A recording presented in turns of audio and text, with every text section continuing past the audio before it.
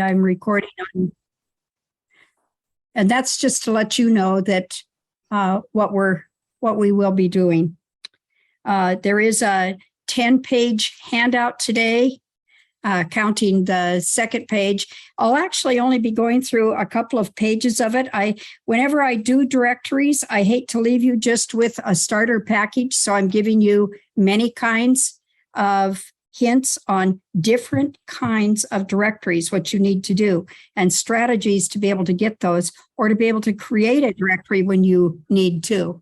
So here comes Peggy again. She's trying again. So hopefully I think everyone muted.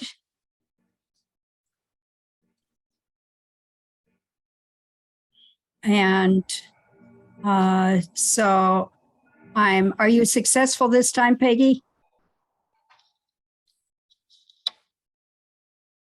Okay, there's Gail. All right, I'm going to go to my share screen then to begin the presentation. And as I begin it, I'm just going to start with the form that I've given you. The form that I've given you, and hopefully you can see this. Cheryl, can you tell me if you can see it? Just wave at me. Okay, yep, thank you. This city county directory form is just a blank. It's a way for you to get started with things. Use as many lines as you need to per directory, and modify it as needed for the different kinds of directories that you're going to find out. Because as you're going forward, you're going to find things. Church directories are very different from this one, but this one does have the surname, and it does have the surname and the first and the spouse if available. And today you're going to find out that the one we're looking at today only has the spouses for certain people. And usually the females are listed by themselves if they're listed at all. That was pretty common, unfortunately. Till about 1919. Here comes Linda. The address is there. Of course, occupations are there. Employers potentially are there.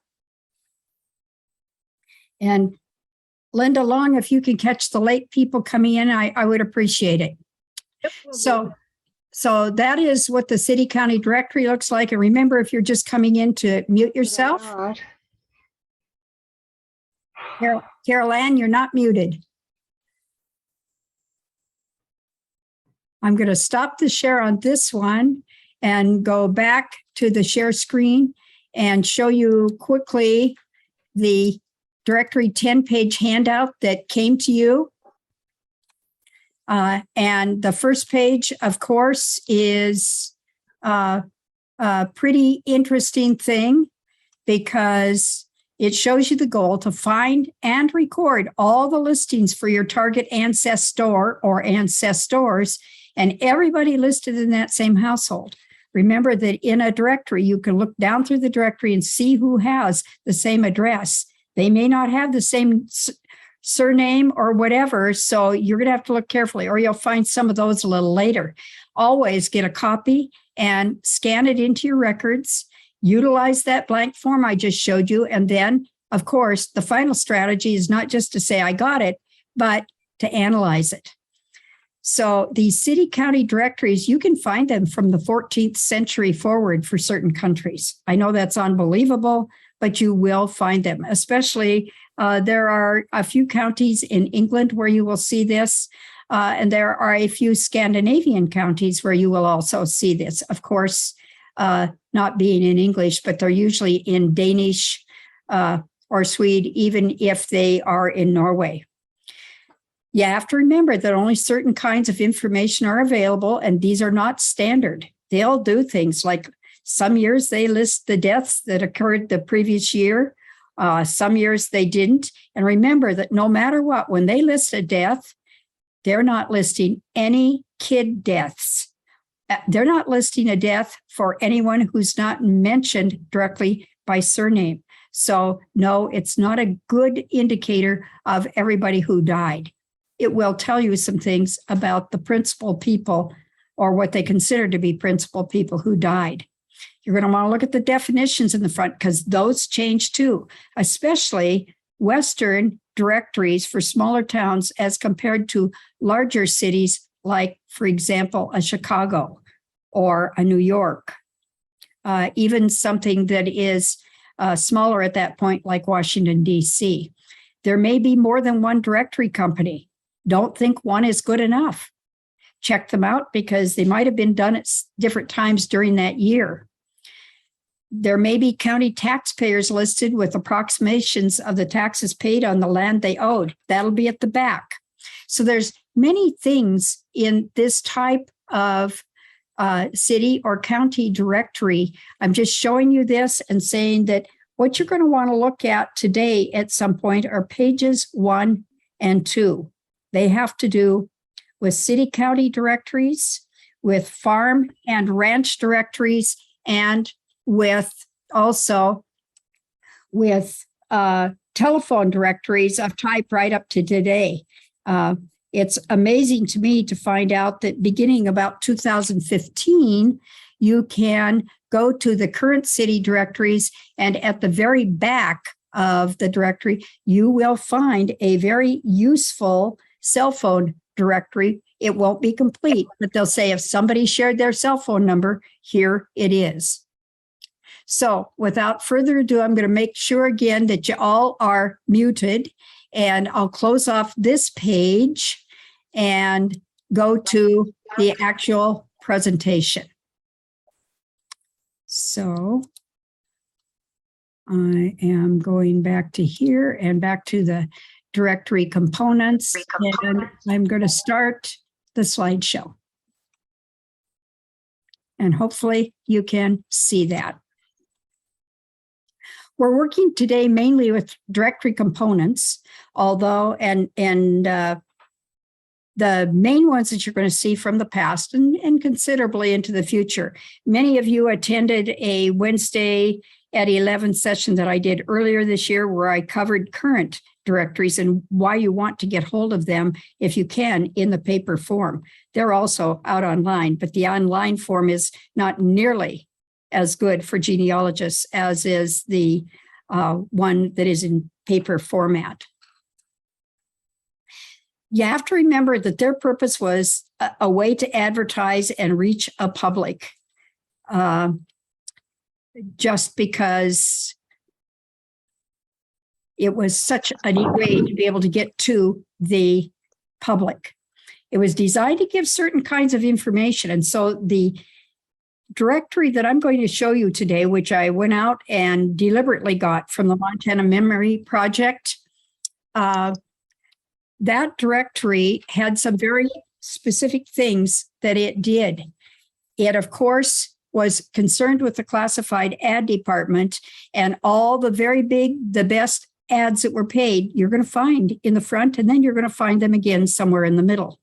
Notice that in 1912, it was pretty much the fashion to give the name of all male residents of the city over 18 years of age with their occupation. Actually, I've found that in city directories in Bozeman, in Lewis and Clark County, in Missoula, in Great Falls, during this time period, you actually found men, once they were out working, from about the age of 14 and above. But for sure, those who were over 18 and working. The names of landowners and farmers with their assessed valuation, this is going to be at the back of all of these guides. And I'm referring you to different portions within directories because they're the opposite of what we learned when we were kiddos, and our very good teachers were showing us how a book was arranged. The index for a city or county directory is in the front. All of the salient information regarding all those abbreviations, that's in the front too. The names of landowners and farmers are going to be in the back, and you will find that listing easily by using the index at the front.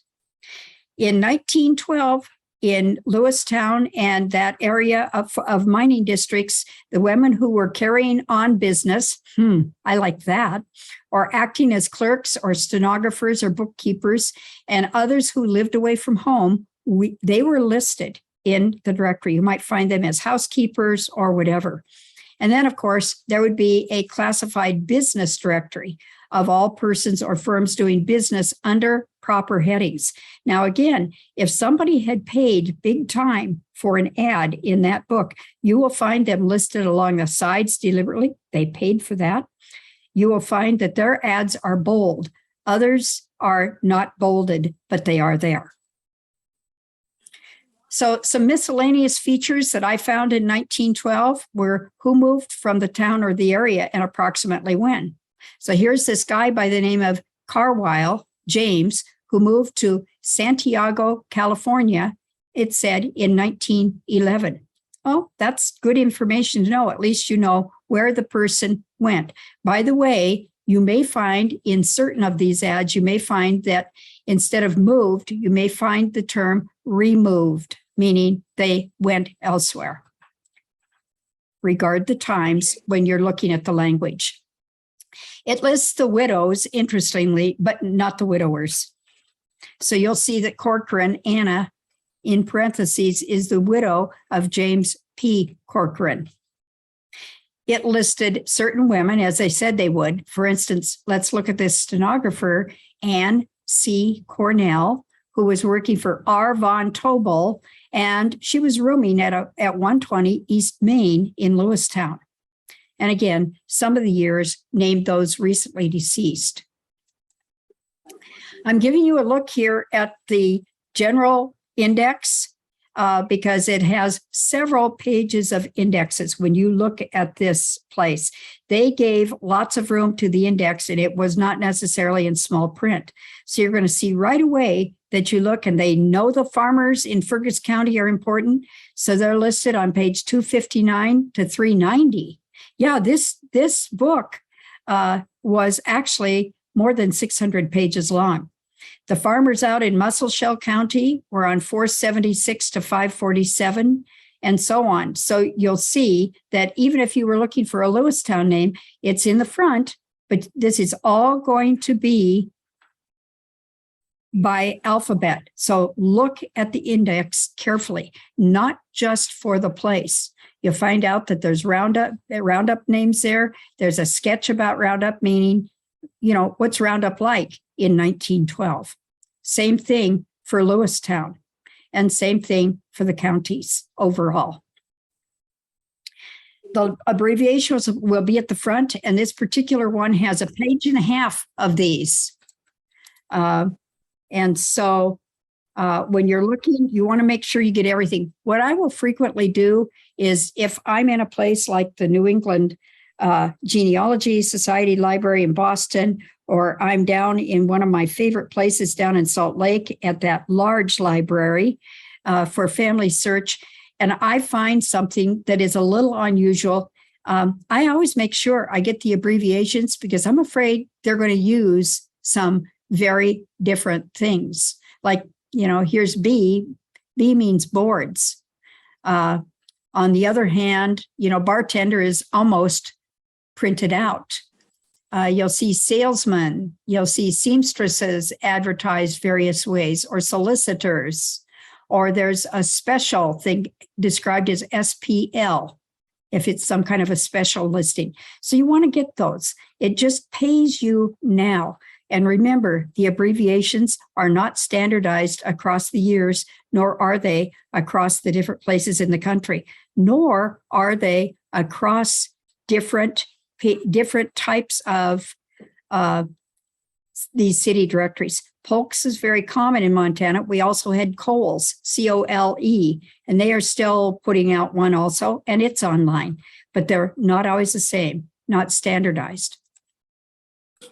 So there'll be an index to miscellaneous information like the asylums and the hospitals and the bands and orchestras and the clubs and the post office department. Why? Because those were very important.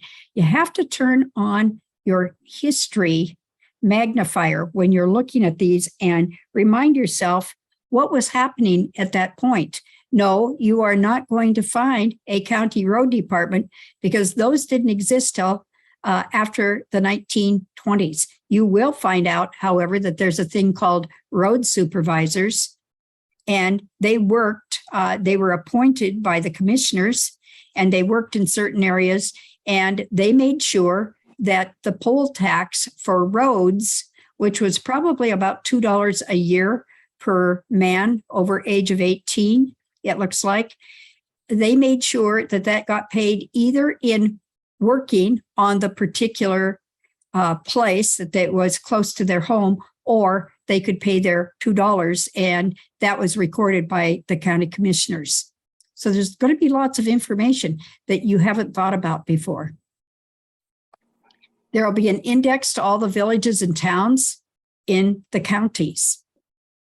And no, I don't have all of them here for Fergus County because it went on for a whole page, but you get the idea. So each one of these are going to have just a little blip. Maybe I was surprised to see that there was a place called Japan in Muscle Shell County. How interesting. There will be an index to the advertisements because this was considered the most important section by that city directory business, because this is where they made their money. They got people to pay a particular thing if they were listed, and those would always be in bold print. They're showing them again to you here. They'll always give you that overview for the particular year immediately after the premium paid business ads at the front and the general index. That overview tells you about the demographics of Lewistown or the small towns. Muscle Shell, for example. What does the county, Muscle Shell County, look like at that point? What does Fergus County look like? Because Fergus at this point is very big. This county has not been split up yet into smaller counties. So, for example, Petroleum County is still part of this Fergus County book, and you're going to want to look to see who were there in that petroleum, what became the Petroleum County area. You're going to see featured the county and city governments, the courts, the fire departments, organizations, secret societies. You're going to want to see if your person is listed there as part of that organization, or at least as an officer. It names the ministers, especially in a separate section. It names the school teachers and the boards of education, depending on each little community and the larger communities also. So you'll see things like the miscellaneous information here on the left I'm showing you is the government. It's the city. Tells you that Lewistown was incorporated on August 1 of 1899, and they always hold a city election the first Monday in April of each year. Gives you the mayor, treasurer, police magistrate, all of those officers, the city engineer even, the street commissioner, the whole kit and caboodle. Another section right in that same section that I found interesting. I didn't give you all of the information about these stage lines, but there were 4 stage lines listed there. That's the public transportation for the area. So, of course, those public transportation or stage lines are going to be there. And by the way, at least one of these had a motorized vehicle that operated sometimes, but it was still called part of the stage line. Important elements. There were 3 different bands listed here: the Lewistown Concert Orchestra, the Lewistown Military Band at the Bijou Theater, and Mahana's Orchestra, which went out and played lots of places. There were clubs, various kinds. There were 4, count them 4, in Lewistown, 4 theaters. You're going to be surprised, even in your small towns, look for these, because this gives you an important clue about what people had locally available to them. Like the Culver Opera House with a seating capacity, my goodness, of 600 people. And the Princess Theater that had a seating capacity of 300 people. So take a look at these and survey This is a great way to be able to survey the area, even as you're just finding information about a particular person. Don't short yourself on the details.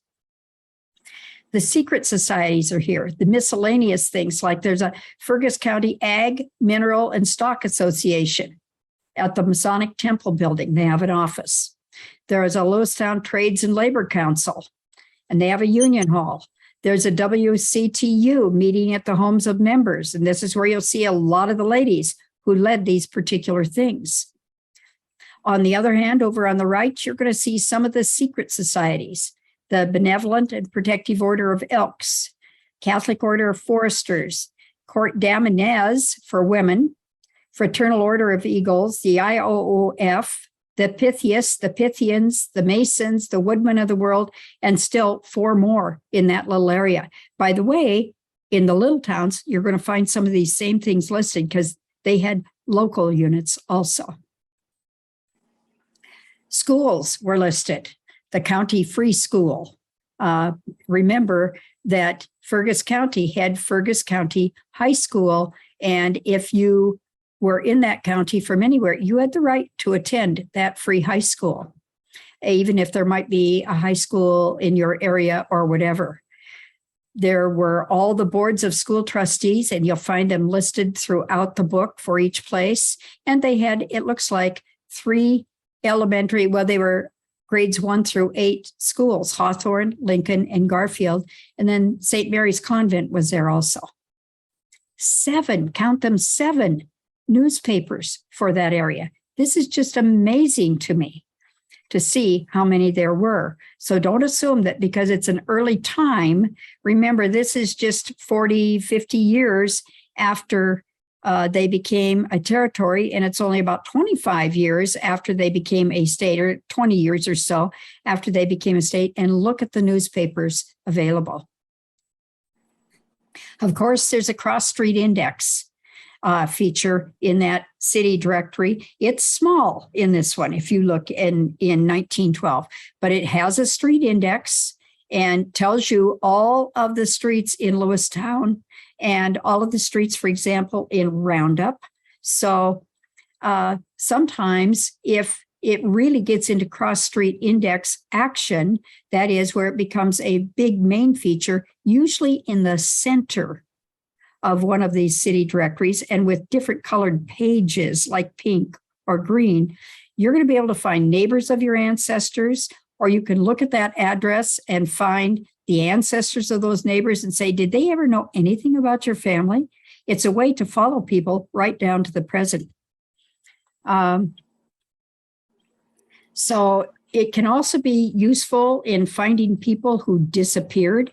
Like maybe a lady was there. You say, no, I know that Myrna was in Lewistown forever. She never left. Well, if you're able to use a cross-street index, you may find her at her same index that she had originally, but maybe she changed her surname. Maybe she got married and you didn't know it.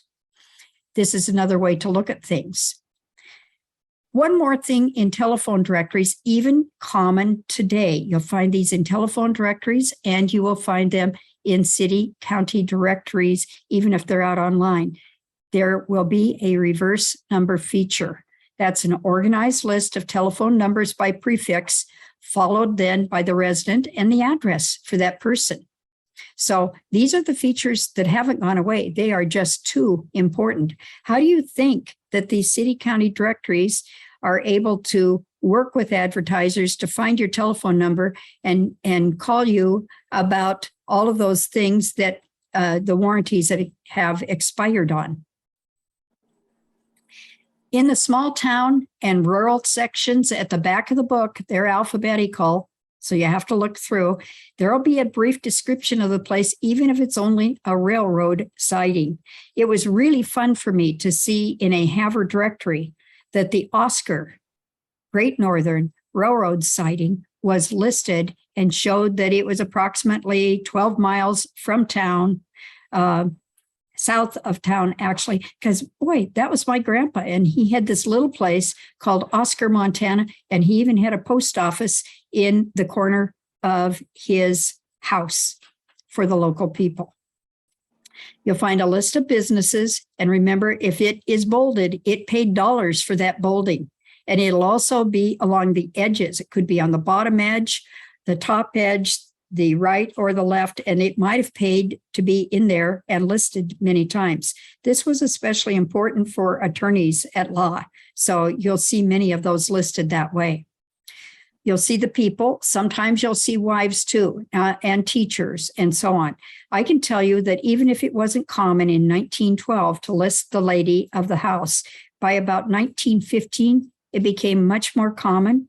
And by 1919, 1920, when women got the right to vote, it became pretty much a necessity. So you will find it after that time. So pay attention to the era in which that particular listing of people is there, because just because the guy is there only doesn't mean that there aren't more people in the household.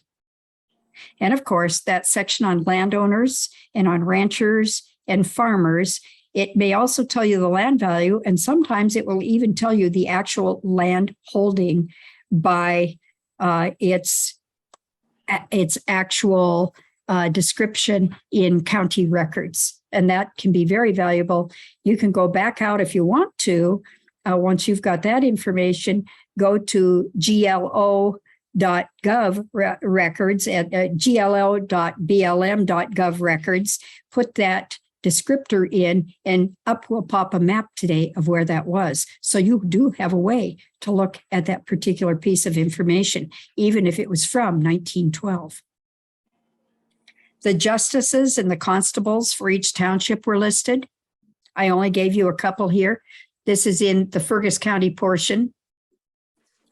They kind of had problems with getting constables because the position sometimes was not paid.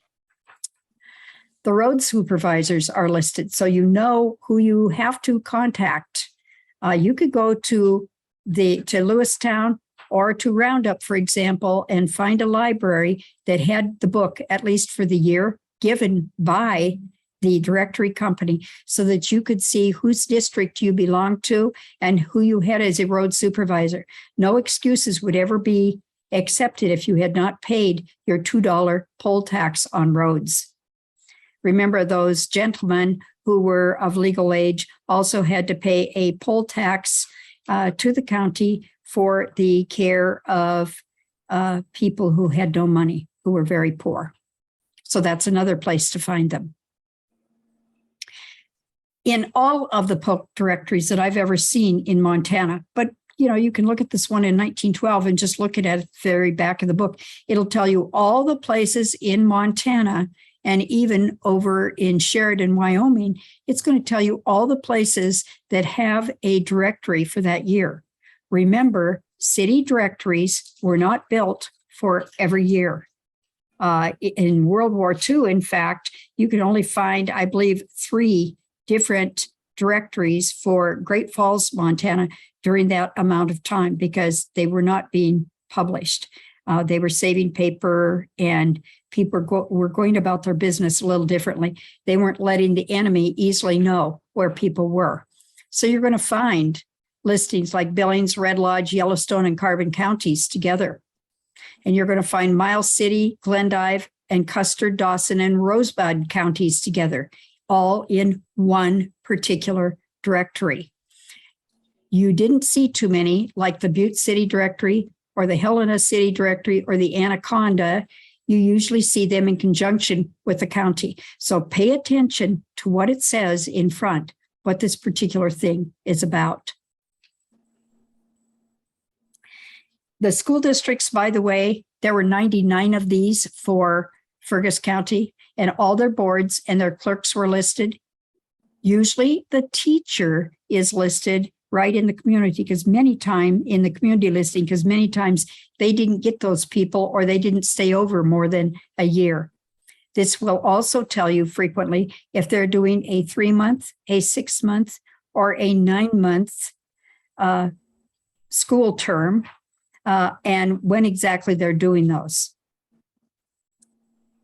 The small towns are all listed alpha. So in this directory, Armells starts out right after the Lewistown section. and it will give you a brief descriptor of our mills. And it says, if you don't find the name you want here, go look at the farmers list right after this alphabetical listing of these towns. Because Armells was a ranch post office, just like my grandpa's, 27 miles northeast of Lewistown, 11 miles northeast of Hilger. And they had telephone service.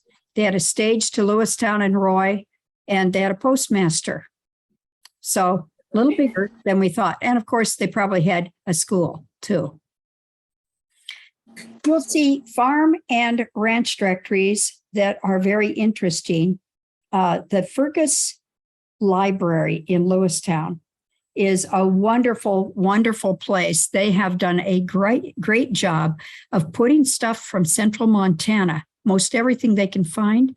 They have gotten it scanned out online at Montana Memory Project. So you'll be able to see things like the 1961-62 Central Montana Farm and Ranch Directory, which is important because it has 5 different counties. It has Fergus, Judith Basin, Petroleum, Wheatland, and I'm not sure of what the other one would be. These directories, again, you can also check on them. You could check on the Lewistown directory for 61 or 62 that is a Polks directory and see some of this information reported again, but there's going to be a whole bunch of stuff that's in a farm and ranch directory that's not in the Polks directory and vice versa. So you want to look at those things very carefully. And I found it interesting to see that Harlowton was there in the 1910 Lewistown City directory, but not in 1912. And I asked myself, I wonder why that was. Well, I guess because they didn't go collect the names that year in Harlowton. Be aware that these big directory companies of type, and there are many of them, you will see them for Canada, you will see them for foreign countries, you will see them for the United States. They also did very specific directories for certain kinds of business. In Montana, I'm still looking for one, but I'm confident that especially in Western Montana, at some point, I am going to find the Polks Lumber Directory, which will actually list some of those places like Plains, Montana, or Swan Lake, Montana, or Libby, Montana, because that one goes across the United States, mainly the upper Midwest and into the West. It has over 2,000 pages of valuable information about these lumber companies. And remember something, these lumber companies didn't just have a lumber business. They frequently had their own private railroad. So you're going to find some other businesses listed in with them that you didn't expect to see. If you're looking and saying, I don't get it. Great Uncle Lou was a railroad man. Why was he working on a private railroad at Ravalli, Montana? Well, chances are good that his primary employer was actually the lumber company that had its very own small gauge or narrow gauge railroad. And that railroad did meet up with other larger railroads, and people could then utilize the things that were necessary to them. They used these small gauge railroads, and people frequently in the area were allowed to ride them free, at least till they got to the larger railroad, maybe at Ravalli, where there was a cross track with a larger railroad. And then, of course, you had to pay to go to Missoula or to Kalispell or whatever. But the point is, there was way more transportation than just the stage line going on by especially about 1918 to 1920. You'll find if you just go out and Google a place and you put in, for instance, quotation marks, Ogden City, quotation marks, directories, you're going to find this great site that comes up and says the Polk directories for Ogden, Utah are out there available to you, and they span from 1870 up to 1929. It's a fabulous collection. So you're going to want to go look. I hope you explore a little more as you realize that these were a great business opportunity for people, and they were places that actually helped show the populations, very important. They showed the populations of all of these smaller areas in between the decennial censuses that we had, like 1910, 1920, 1930.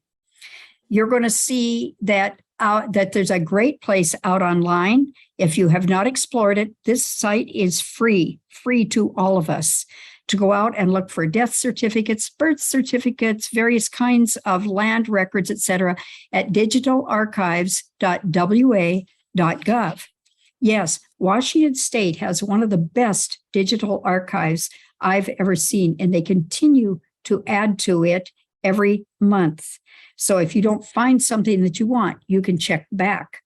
But they do have, for instance, the Spokane City Directory sitting out there. So it's not just a place at Ancestry, for example, that you'll find this.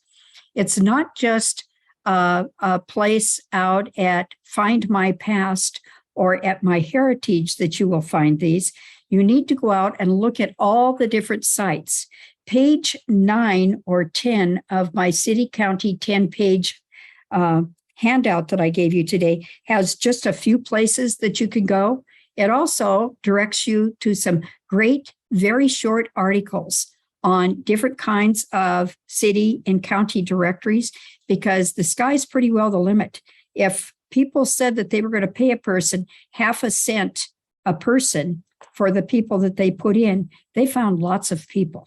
They found lots of ways to list things, or to even make a double listing for a person, or to get that person who was paying for an ad to put it in even more places. And sometimes the ads are very different again. So it's worth it to look for it.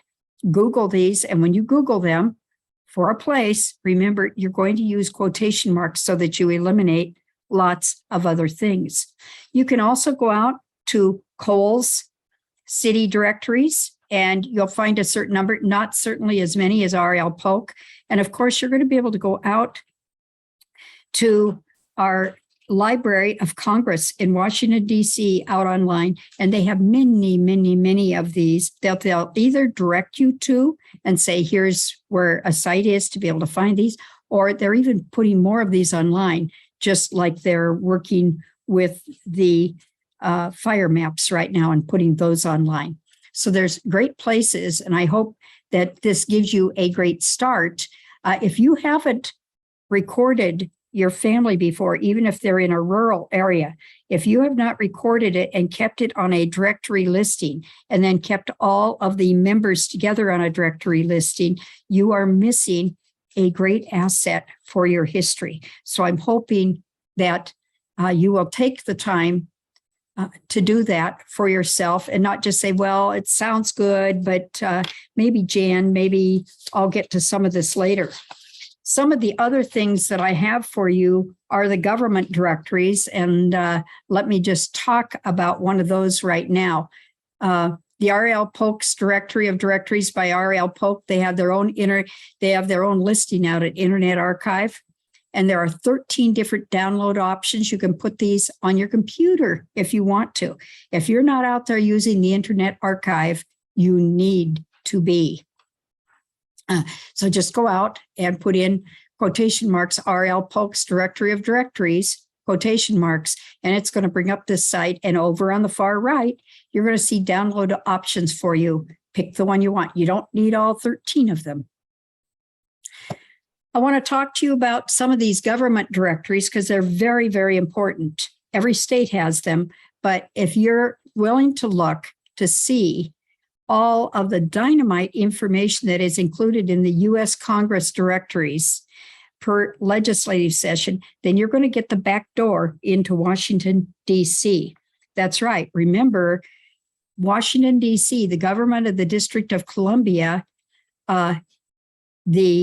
our U.S. Congress is responsible for. And so you're not only going to get the government, you're going to get all kinds of business listings and other things. So when you're saying, I can't find District of Columbia out online, this is a good place to look for it. It's online today, of course, but frequently you can get a copy if you're willing to wait a while. Ask your senator or your representative, and they may send you one. They'll only have the recent one. These have biographies. For instance, I can look, and if I'm looking in the 80s, for example, which is one that I have in front of me today, I can see the biographies for all of our congressional people, all of our congressional staff who were working for them. And these are frequently Montanans, but it'll tell you what they're working on in Washington, D.C. and where they are living at that point. So it's another way for you to look, for instance, at one of the aides for one of these people who came from Montana. It's going to show you their committee memberships, their full committee listings, their staff, the boards they're on, the commissions that they're on, the boards and commissions that are sponsored by the U.S. Congress, links to former senators and representatives from the past, if you're looking for those. All of the agencies and the presidential cabinet departments are listed there, along with their staff, their committee listings, everything. And this gets redone for each and every legislative session. So lots of information there, lots of things out online. What you learn about a U.S. congressional directory, you can also apply to the state. You will see in Montana today, if you go out to Montana government, you're going to find that there are listings just like this for all of these things, and all of the legislative offices and interim committees and all kinds of things. They're out online and listed for you. No, you very seldom see a book anymore because those have gotten a little expensive, but I do appreciate that they are saving those. I'm glad, however, that we have a lot of those in our library.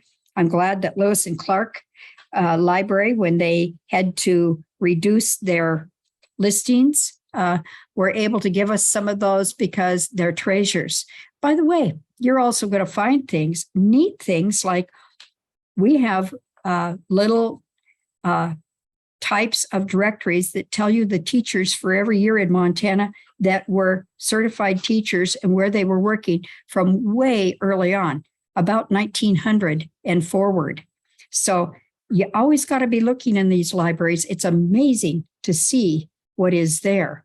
And of course, it doesn't do any good if you don't use a record sheet or you don't modify a record sheet. And if you do modify a record sheet, send me a copy. Doggone it. I'd like to see what you put together because I'm always interested in improving stuff for myself. Take time then to be thorough. There's nothing more frustrating for me when people walk into our library and I show them the number of places that a person is. They might have been here for 38 years in Great Falls, and they're content to get 1 or 2 or 3 listings from the city directories. And I'm aghast because early on, you will be surprised at who you pick up as you see an entire family grow old enough to be listed there, even if it says going to school or a student, because in 1911, 1912 in Great Falls, for example, if you were going to the commercial college, the Great Falls Commercial College downtown, you might be 14, but you'd be listed in the directory and you would be listed as a student going to that school. That's great information to find. So you want to do every listing for every person. Be as thorough as possible. And then make sure that if you're using something like Legacy Family Tree or Roots Magic 8 or Family Tree Maker, or you have it on paper, if you're just on paper, then you can put that listing for the city county directory in with your family notes for that particular family. If you are working with some kind of electronic system like Roots Magic 8 or Legacy Family Tree Maker or Family Tree Maker, then you're going to be able to put it in and show where all these people were at that certain time. Remember, when you find them here, the next step is if you know that they have kids, you want to ask for the school censuses for that community because they should have them. They're still required to keep them. Unfortunately, Sometimes those were thrown anyway, but many counties, for example, in Montana, I've seen many in Wyoming, they have kept these. And where information is sparse, that can be just a neat piece of information to see who's in that family unit for that year. So look for even more kinds of these. At the back of the 10-pager that I've given you a 1-pager on religious and church directories. And I'm going to be showing you some things sooner or later on these religious directories. One that I just love from our area is entitled God's Boundless Grace, 1940 through 2015. And it's a history of the Grace Lutheran Church out at Fairfield. They were really thorough. They put their people in from year to year. Remember that religious directories will frequently even show you pictures of family members, and they are a treasured component among families. You'll find these in evidence greatly across Lutheran congregations, Catholic congregations, various places, and they're just like a yearbook for a school. They will show some things about the family, and of course, you want to try to get a history of that church and find out what your family had to do with that. You're going to find school yearbooks, and we're going to talk later about how to use those as a very neat kind of directory you didn't expect, a K-12E plus parents kind of thing. And alumni directories and reunion books, those are all really great things.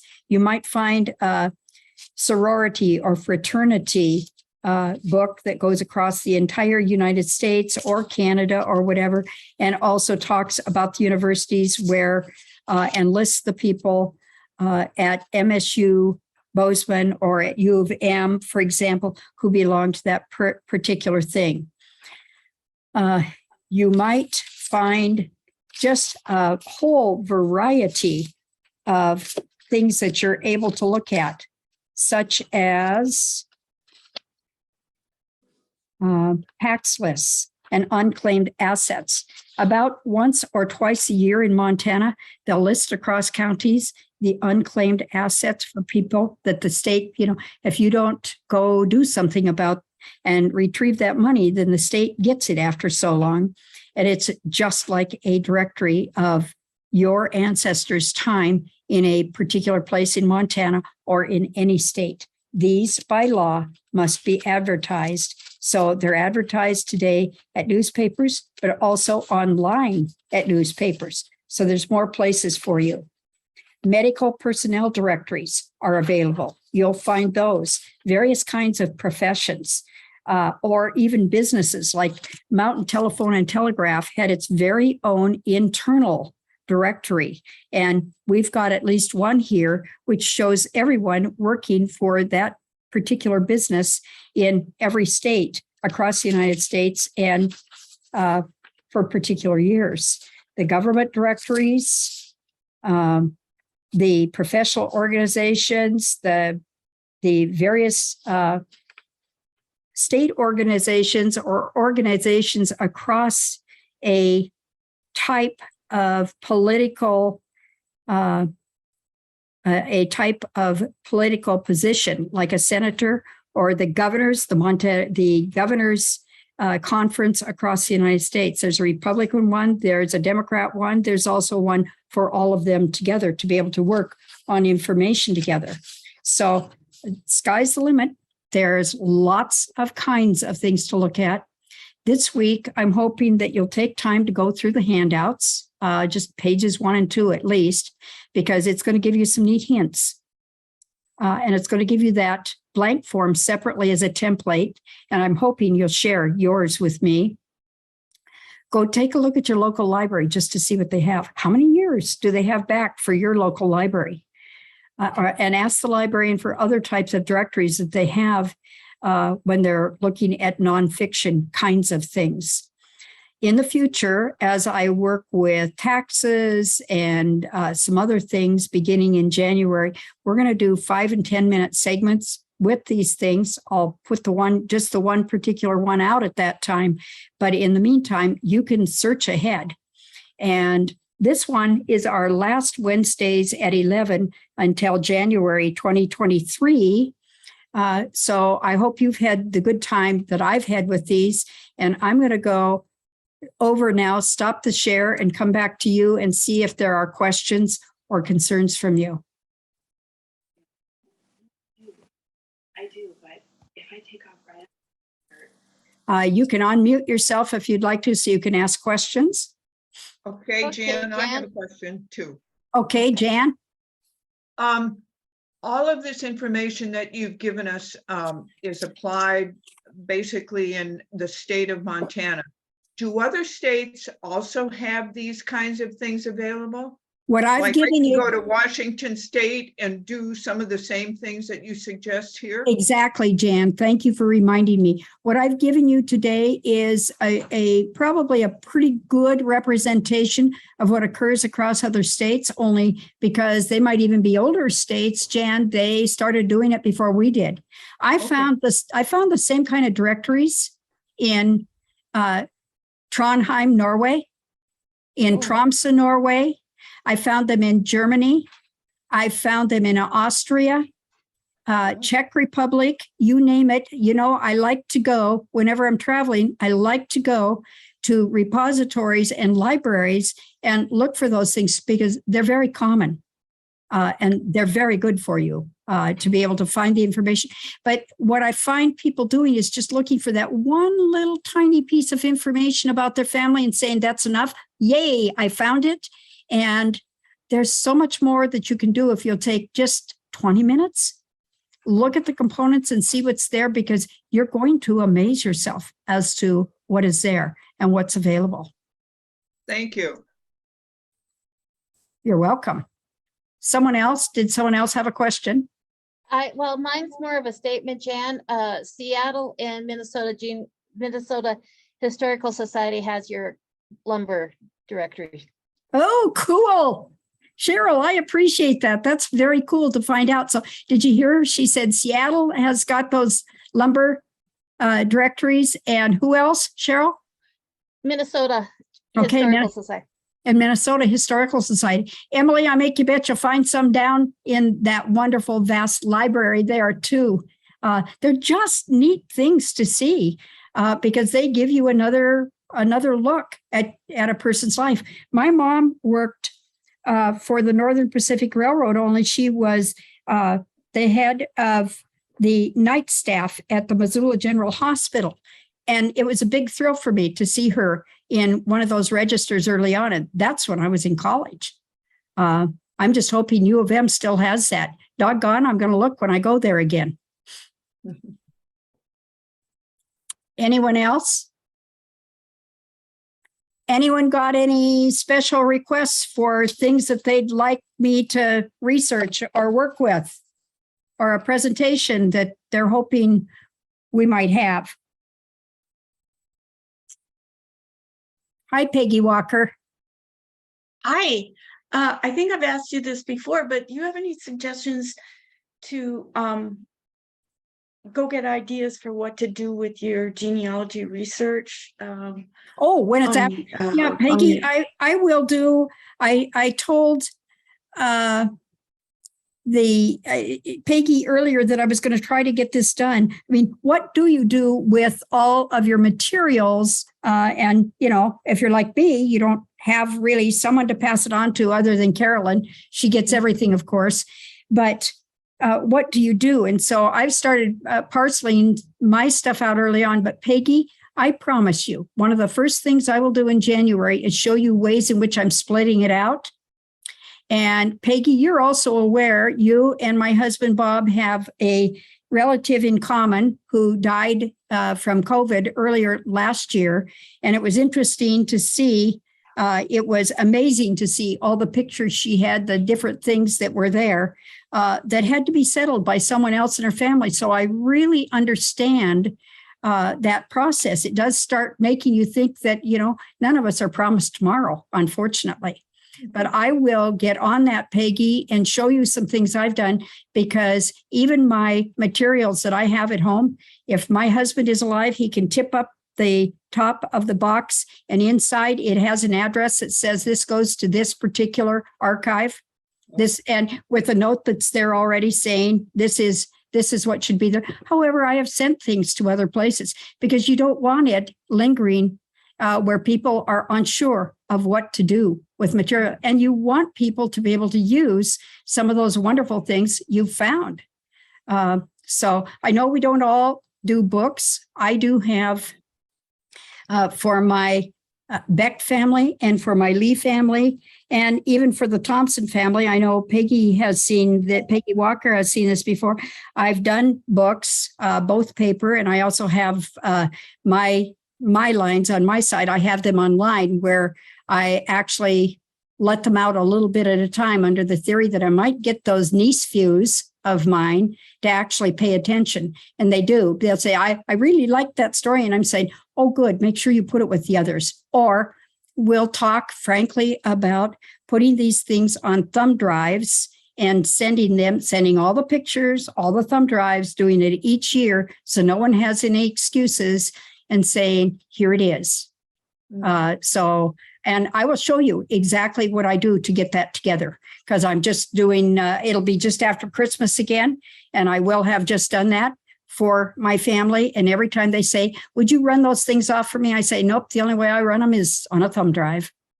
They'll say, well, I only have a telephone. And I say, it sounds like a personal problem to me. I have one other little comment to make about directories. You, Bob, your husband, and I have a common ancestor who lived in the Shoto area, and the Lewistown directory for, I think it was 1912, 1913. It may have been the same one you looked at. I'd have to look it up for sure. But it showed him in Gilt Edge, which is just outside. It was a mining town just outside Lewistown, and said what he did, said who else was there. And then the next year, as you said, it showed him removed, Right. moved back to Shoto or something. So that was really a big piece in his history. And yeah, the easy money wasn't there, Peggy, where he thought it would be. Yeah. Yeah. Very interesting. Well, this one is always fun for me to be able to do because there are so many different kinds of directories. And if you'll just promise yourself 20 minutes when you get into an archive and you're looking at stuff and saying, what all does this contain? And remember, a directory does the exact opposite of what our school teachers taught us early on. That index is not in back, it's in front. I'll have people say, well, I couldn't find any listing for the abbreviations. It's in front. It's in front. So you want to go look at all that front piece information very carefully, because it'll knock your socks off for the things that are in there, especially when you find out that they are heavily involved with the Masons, or they are heavily involved with the WCTU or whatever. And especially for your females, beginning about 1905 and going forward to about 1930, you want to especially look carefully at the directories and look at the organizations, and that's where you'll find them, at the organizations to see what they belong to, because women organizations actually helped women to get together. It wasn't just for the whole idea of eventually becoming a voter, but by golly, it provided a unique dimension for them. And women got into groups, got the chance to go beyond just the church group. And you'll find them early on in church groups in the West until about 1900. And after that, you'll see them keeping a church group or a church circle together or whatever. And yes, they are listed, and you'll find them in the church directories. But go look at a piece of their other life. Go look at those women homesteaders in the Western states, and that's the Dakotas, that's Montana, Wyoming, Idaho, especially early on, because it's an interesting thing to see what else they got into and what they belonged to. First of all, they wanted to educate themselves. So they got into those great book clubs. And, today we call them, book clubs. And sometimes we have some great wine along with those book clubs. And they had great coffee socials, great things. And so when you look at the book clubs they were even belonging to and see who they associated with, it's just as important as the men and their business groups. Who did they associate with? What did they do? And women school teachers, I'm just so doggone proud of them for the things that they matter-of-factly did. So that's what I have for today. And hopefully you found it helpful. And we will get started with a great number of things right after the holidays. This spring, I have in mind approaching the first thing that Peggy Walker just talked about, but also taxes, many varied and different kinds of them, women as sole traders and independent people separate from their husbands, ways in which people actually inherited things or did not inherit things, and lands, and of course, military, going right up through today. So I'm looking forward to a happy spring because, boy, the snow today isn't happy. Not to me. Not to me. So any other questions? Gary? Did I miss the annual dinner? No, you didn't, Gary. It's tomorrow night at Good. at the Nazarene Church. All right. Y'all are invited. We have a potluck. We'll see how many are there. And by the way, we're trying something unique this year, even for a lot of our members who cannot come to the potluck. They will have to fix their own dinner, but we're also going to Zoom this session so that everybody can see what's going on. So Zoom's been a very good thing. It really has.